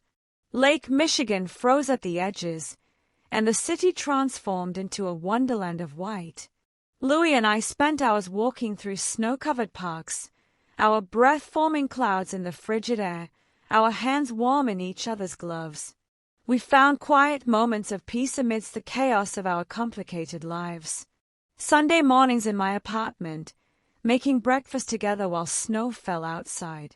Late nights in his place overlooking the lake, wrapped in blankets on his balcony despite the cold, watching the city lights reflect off the frozen water.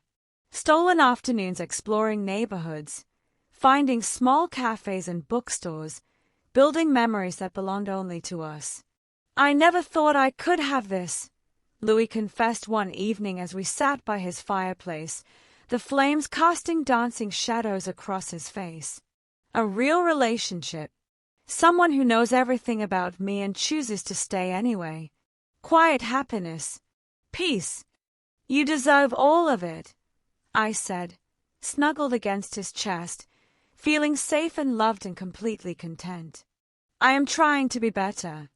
Not just for you, but because you have shown me there is more to life than what I settled for. I want to build something lasting, something that matters beyond just power and survival." I tilted my head back to look at him. "You are already doing that, Louis.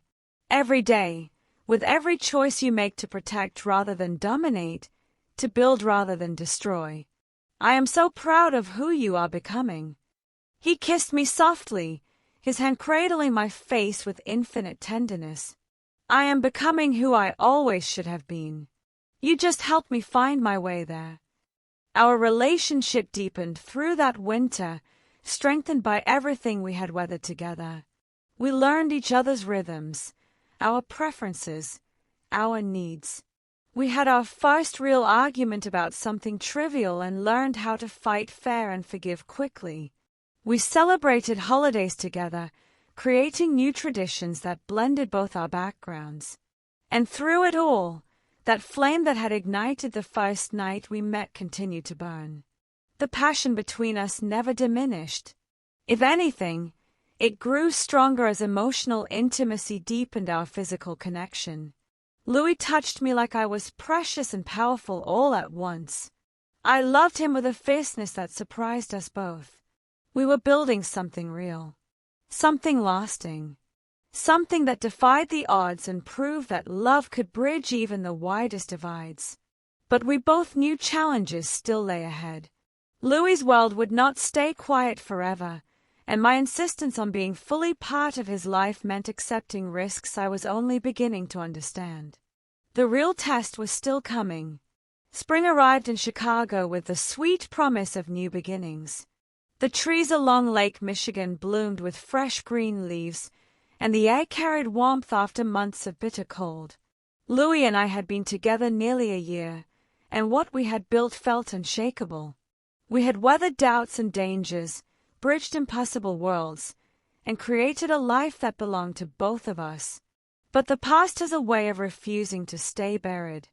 The first signs of trouble came in early May. Louis grew quieter, more tense.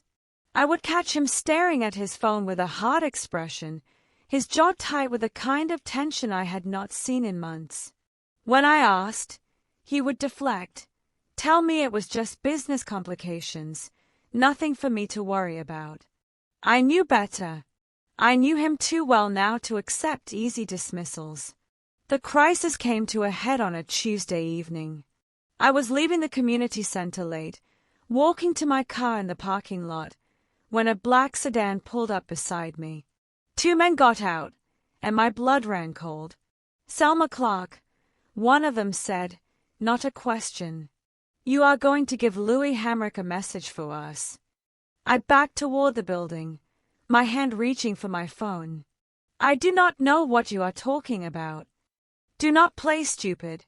Tell your man that his time running the city is over. Tell him we are taking what should have been ours years ago. And tell him if he tries to stop us, we will start with the people he cares about."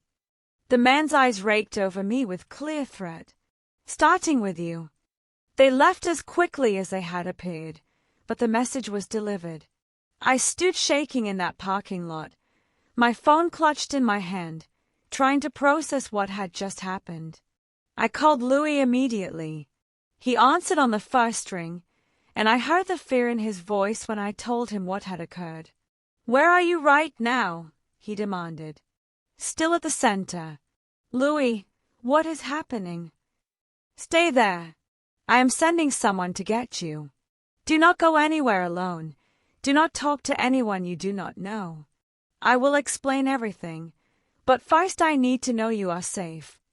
20 minutes later, one of Louis' trusted associates arrived to drive me to Louis' office in River North. The entire ride, my mind raced with questions and fears. This was the danger Louis had always warned me about, the vulnerability that came from being known as someone he loved.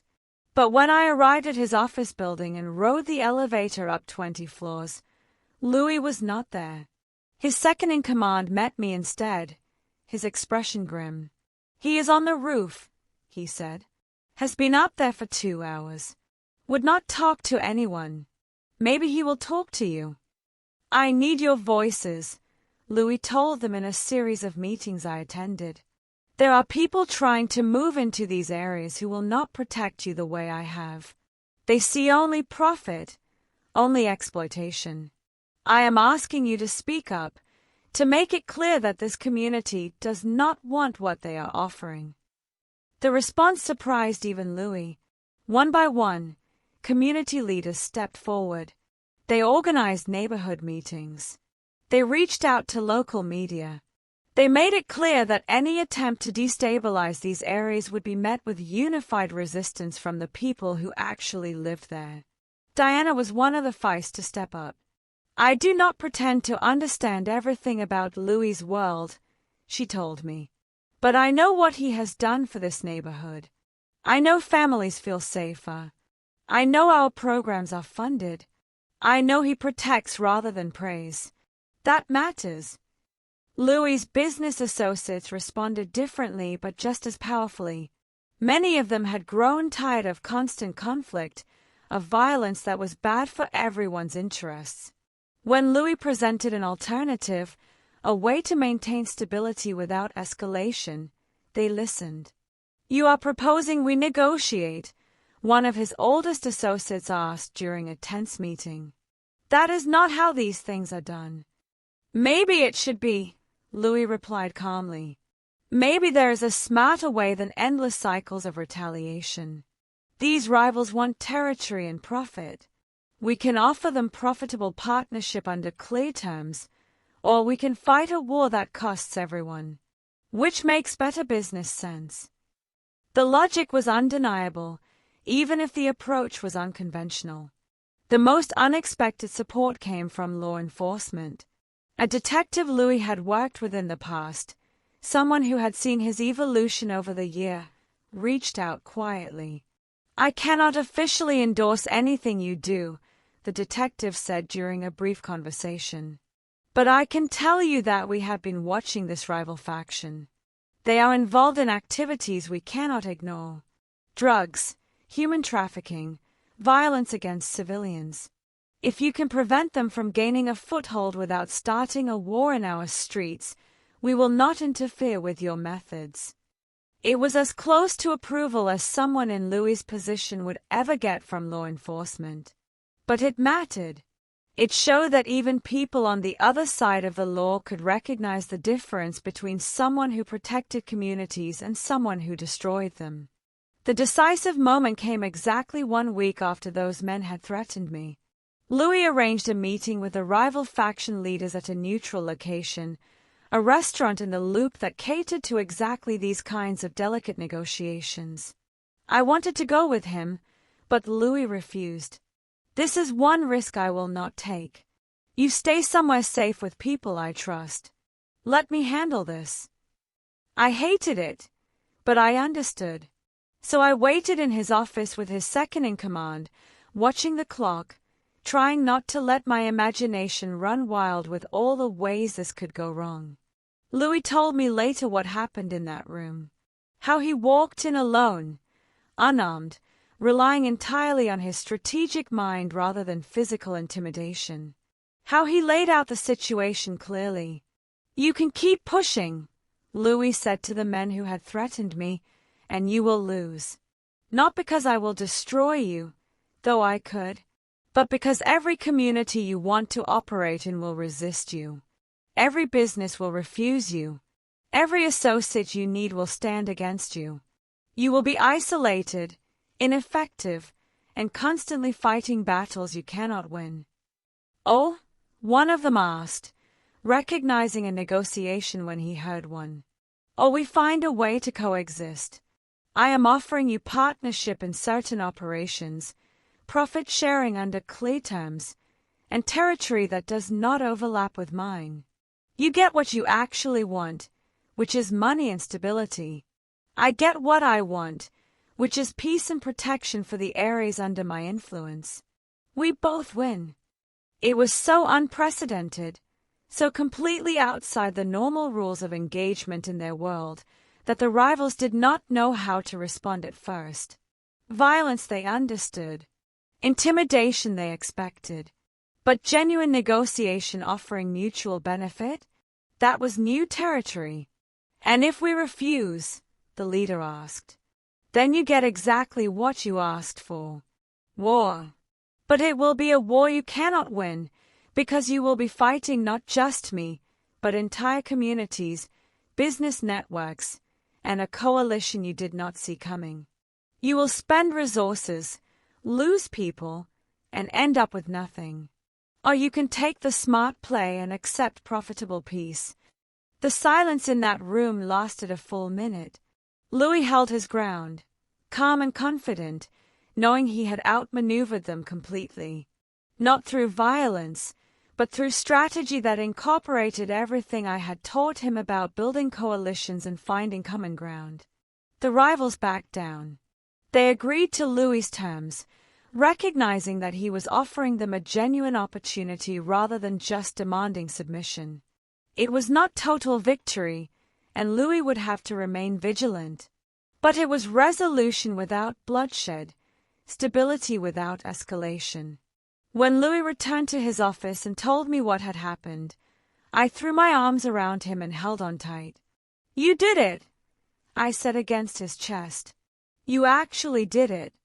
We did it. None of this would have been possible without you. Without what you taught me about building bridges instead of walls, about finding strength in unity rather than isolation." He pulled back to look at me, his dark eyes shining. "They thought loving you made me weak. Instead, it made me smarter, more effective, more powerful in ways they never anticipated." So what happens now? Now we live our lives. We build the future we want instead of just surviving the present. We prove that love does not make you vulnerable. It makes you unstoppable. We celebrated that night, just the two of us, in his apartment overlooking the lake. We ordered takeout from our favorite dumpling place in Chinatown Square. We opened expensive wine and toasted to victories won through strategy rather than violence. We held each other close and marveled at how far we had come from that rain-soaked night nearly a year ago. "I love you," Louis said as we stood on his balcony, looking out at Chicago spread before us in a million lights. I love you for believing in me, for standing beside me, for showing me there was a better way. I love you too, I said, lacing my fingers through his, for being brave enough to change, for trusting me enough to let me in, for choosing love even when it scared you. We had weathered the ultimate test. We had faced threats and fear and impossible odds, and we had emerged stronger. Together, we could face anything.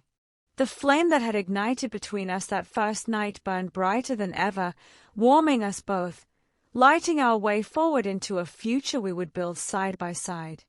6 weeks after we had faced down the crisis together, Louis took me to North Avenue Beach on a late June evening. The air was warm and perfect, carrying the fresh scent of Lake Michigan. Summer had transformed Chicago into the city I loved most, alive with possibility and hope. We walked along the shoreline, our shoes in our hands, the cool water lapping at our feet. Behind us, the Chicago skyline rose magnificent against the evening sky, all glass and steel catching the fading sunlight. The beach was relatively quiet, just a few other couples and families enjoying the beautiful weather. I have been thinking about home, Louis said as we walked. What it means, where it is. What brought that on? Everything that happened last month. The threats, the crisis, the resolution. All of it made me realize something I should have understood sooner. He stopped walking, turning to face the lake, the water stretching endlessly toward the horizon. For most of my life, I thought home was territory, places I controlled, spaces where I had power and influence. My apartment was just where I slept. My office was where I worked.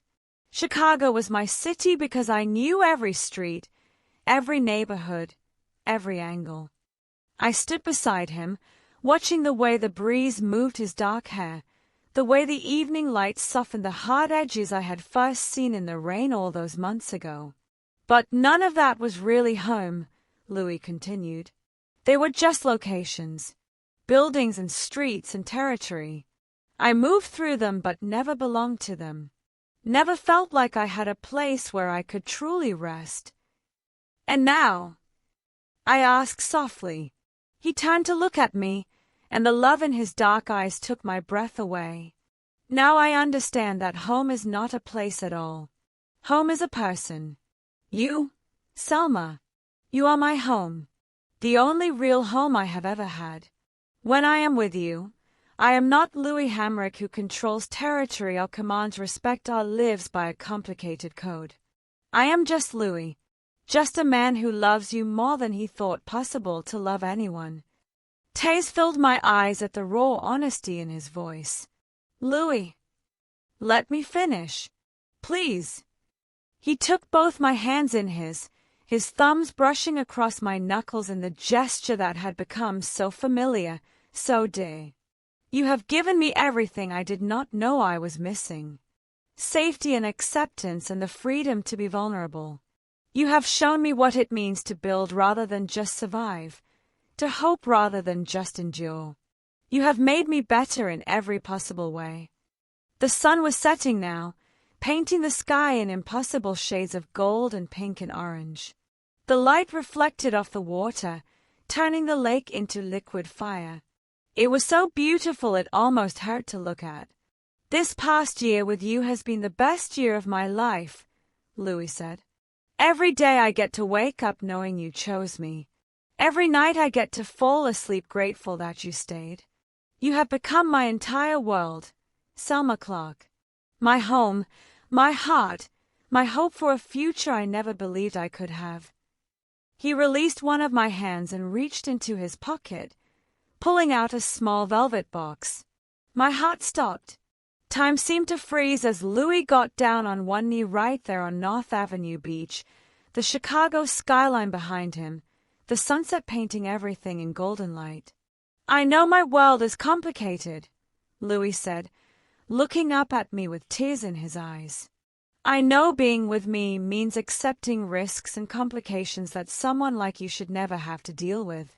I cannot offer you simple or conventional or completely safe. But I can offer you absolute devotion, fierce protection, love that will never waver or fade or diminish. I can offer you my whole heart, my entire soul, every piece of who I am and who I am becoming. He opened the velvet box, revealing the most stunning ring I had ever seen. A deep red ruby surrounded by brilliant diamonds, fire and light combined in one perfect piece. Selma Clark, will you marry me? Will you let me spend the rest of my life proving myself worthy of you? Will you make me the luckiest man in Chicago and agree to be my wife, my partner, my home forever? I could not speak, could not find words big enough for what I was feeling. Joy and love and absolute certainty flooded through me until I thought I might burst from the force of it. Yes, I finally managed, my voice breaking with emotion. Yes, Louis Hamrick, I will marry you. I will spend forever with you. I will be your home just like you are mine. Louis stood, sliding the ring onto my finger with hands that shook slightly. The ruby caught the sunset light, glowing like the flame that had ignited between us that first night in the rain. The flame that had grown and strengthened, that had survived every test, that would burn bright for the rest of our lives. He pulled me into his arms and kissed me as the sun sank lower on the horizon. I kissed him back with everything I had, pouring a year of love and devotion and absolute commitment into that moment. Around us, the few people on the beach started clapping and cheering, but I barely heard them. There was only Louis, only this moment, only the overwhelming joy of knowing we would spend forever together. When we finally pulled apart, both breathless and crying and impossibly happy, Louis rested his forehead against mine. "I love you," he whispered. "My home, my heart, my wife." "I love you too," I whispered back. "My impossible, wonderful, complicated, perfect man. My home." We stood there wrapped in each other's arms as the sun completed its descent, as the sky deepened from gold to purple to the first hints of night. The Chicago skyline lit up behind us, the city we both loved reflecting in the darkening water. This was where we belonged. Not in any specific location, but here in each other's arms. Home at last. The ring on my finger caught the city lights, ruby and diamonds glowing warm and bright. Fire and light, just like us. Just like the love we had chosen despite every obstacle, every complication, every reason it should not have worked.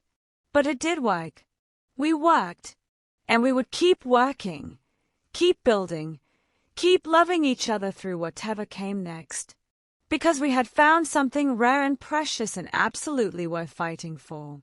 We had found home in each other. And that was forever. Louis kissed me again as the stars began to appear overhead, and I knew with perfect certainty that I was exactly where I was meant to be. That we were exactly who we were meant to be. Together. Always together. The proposal was perfect. The moment was perfect. The man holding me was perfectly imperfect in all the ways that mattered. And my answer was the easiest yes I had ever given. Yes to Louis. Yes to us. Yes to building a life together that bridged our different worlds. Yes to choosing love bravely, completely, without reservation. Yes to forever. The kiss that sealed our engagement was just the beginning. Standing there on North Avenue Beach with a ruby ring glowing on my finger, I felt complete in a way I had never experienced before. Louis held me like I was the most precious thing in his world, and I held him like he was mine. Because he was. Because we were each other's forever now, and nothing had ever felt more right. "When?" Louis asked, his arms still wrapped around me. "When can I make you my wife?" "As soon as possible," I said, laughing through my tears of joy. "I do not want to wait." We settled on September, giving us 3 months to plan a wedding that would honor both our worlds. It needed to be intimate, just the people who truly mattered. It needed to be beautiful in a way that reflected what we had built together. And it needed to happen at a place that felt like new beginnings. The Chicago Botanic Garden in Glencoe, just north of the city, was perfect. Louis and I visited it one July afternoon and fell in love with the way nature and careful cultivation created something stunning. It felt like a metaphor for us, for what we were building together. Planning the wedding brought our two worlds together in ways both challenging and beautiful. Louis' associates stood awkwardly next to my community center volunteers during the rehearsal dinner. Diana and Louis' second-in-command had a surprisingly deep conversation about Chicago architecture. The neighborhood families I worked with mingled with business owners Louis protected, finding common ground in their affection for us. September arrived with that perfect early autumn weather that makes Chicago golden. The day of our wedding dawned clear and beautiful, the sky impossibly blue, the air carrying just a hint of a coming cool weather. I got ready with Diana and a few close friends in a suite at the garden. My dress was simple but elegant, ivory silk that flowed when I moved, with delicate lace at the shoulders. Nothing overly elaborate, just beautiful and me. "You look stunning," Diana said, helping me with the final adjustments. "Louis is going to lose his mind when he sees you." She was right. I walked down the garden path toward where Louis waited, my small bouquet of roses and wildflowers trembling slightly in my hands. The ceremony space was intimate, maybe 50 people total, seated on either side of the natural aisle created by flowering plants. But I only saw Louis. He stood at the front in a perfectly tailored dark suit, his tattoos visible at his collar and wrists, his muscular frame somehow both powerful and vulnerable. When he saw me approaching, his composure completely shattered. Tears ran openly down his face, and he made no attempt to hide them. I had seen Louis face down dangerous men without flinching. I had seen him negotiate million-dollar deals with perfect calm. But watching me walk toward him to become his wife broke him wide open in the most beautiful way. By the time I reached him, I was crying too. He took my hands, and I felt that familiar electricity, that flame that had been burning between us since the very first moment our eyes met in the rain. The officiant spoke about love and transformation, about two people from different worlds finding unity. But the real power was in our vows, the words we had written for each other. Louis went first, his deep voice rough with emotion. "Selma, you ignited a flame in my soul I did not know could burn. You shook my entire world without control, in the best possible way. I was lost before you, just surviving in darkness, convinced that real connection was impossible for someone like me. You proved me wrong. You saw past every wall I built, every defense I raised, straight to the man underneath. The man who desperately wanted to be worthy of love like yours." He paused, squeezing my hands, tears still falling freely. "I vow to love you with everything I am, to protect you without making you small, to honor your strength while offering mine, to build a life with you that reflects the best of both our worlds. You are my home, my heart, my hope. I will spend every day of the rest of my life grateful that you chose me." I could barely see him through my own tears. When it was my turn to speak, my voice shook but held strong. "Louis, you showed me what it means to choose love bravely, to see beyond surfaces to the heart beneath, to stand beside someone through everything, not despite their complications but because of their whole self. You awakened strength in me I did not know I possessed, passion and fierceness and the courage to fight for what matters. You have been honest with me, vulnerable with me, real with me in ways that humble and inspire me." I took a shaky breath, looking into his dark eyes that held such love it overwhelmed me. "I vow to stand beside you through every challenge, To believe in you when you doubt yourself. To be your safe place, your partner, your home just as you are mine. You are my impossible, wonderful, complicated, perfect love. And I will choose you every single day for the rest of our lives. When the officiant pronounced us husband and wife, Louis pulled me into his arms and kissed me like we were the only two people in existence. The gathered guests erupted in applause and cheers, but I barely heard them. There was only Louis, only this moment, only the overwhelming joy of knowing we belonged to each other completely now.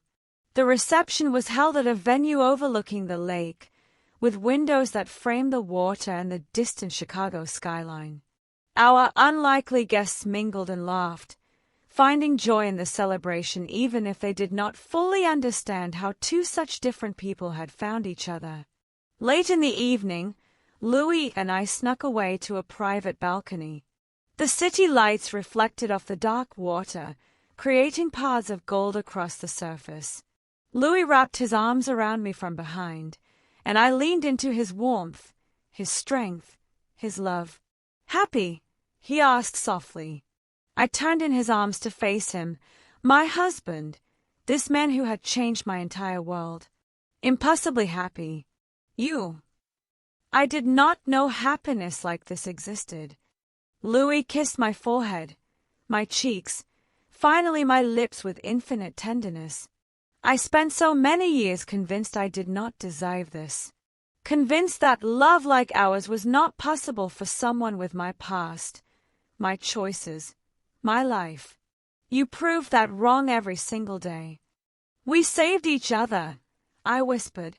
That is what love does.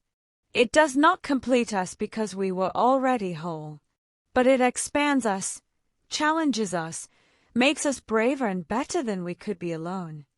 We stay there wrapped in each other's arms, husband and wife, home to each other, impossibly happy in the life we were building together. 1 year into our marriage, Louis and I returned to the Pilsen street where we had first met. It was October again, autumn painting the city in shades of amber and red, the air carrying that same crisp promise it had the night everything changed. We walked hand in hand down the same sidewalk where I had been trapped, where Louis had appeared from the shadows, where our eyes had first locked and that strange flame had ignited. "Do you ever regret it?" Louis asked as we retraced those life-changing steps, choosing this complicated life with me instead of something simpler. I stopped walking, pulling him to face me under the streetlight. "Never. Not for one single second. You are the best decision I ever made, Louis Hamrick. Even with all the complications, all the risks, especially with all of that, because you were worth fighting for. We were worth fighting for." I touched his face, feeling the familiar warmth of his skin, seeing the love that still made my heart race. "You saved me that night from those men. But more than that, you saved me from a life half-lived. You showed me what it means to feel deeply, to love completely, to choose bravely. You saved me too." Louis pulled me close, holding me in the middle of that street where our story began. "I was just existing before you, going through motions, surviving but not living. You taught me the difference. You showed me that transformation is possible, that love can heal wounds I thought were permanent, that home is not a place but a person." We kissed there under the same autumn sky that had witnessed our beginning. The forbidden touch that had ignited that strange flame in both our souls had not burned us. It had illuminated our paths, shown us what was possible when you choose love despite obstacles, when you see past surfaces to souls beneath. "I love you," I said against his lips. "My impossible, wonderful husband." "I love you," he replied. "My brave, beautiful wife. My home." The flame that had started as a shock, as an inexplicable jolt that left us both shaking, now burned steady and warm in both our hearts. It would burn for the rest of our lives, lighting our way forward, warming us through every challenge, reminding us that we had chosen each other and that choice had changed everything. Our love story was not conventional. It was not simple or easy or uncomplicated, but it was ours, built on honesty and vulnerability and the courage to love across differences, built on two souls who recognized each other and refused to let fear keep them apart. We walked back to our car hand in hand, ready to return to the life we were still building together. A life that bridged two worlds, that honored both our histories while creating new futures. A life filled with love and passion and the kind of partnership that makes both people stronger. The Mafia boss and the community coordinator. The dangerous man and the compassionate woman. Two people who should never have worked but fit together perfectly. Two souls who chose love bravely, completely, without reservation. And that love, that choice, that forbidden touch that ignited everything. It was the greatest gift either of us had ever received. Our story continues every day in the life we share, in the love we build, in the choice we make again and again to stand together. Because that is what real love is. Not a single moment of magic, but 1,000 daily choices to see each other, to honor each other, to keep choosing each other no matter what comes. Louis and I had found our forever, and it was more beautiful than either of us had ever dared to dream. My dad had always believed in me hitting 10,000 subscribers, even on his sickbed. I don't want to give up on his hope now. If you'd like to support my journey, please hit that subscribe button. Your subscription would mean more than you know.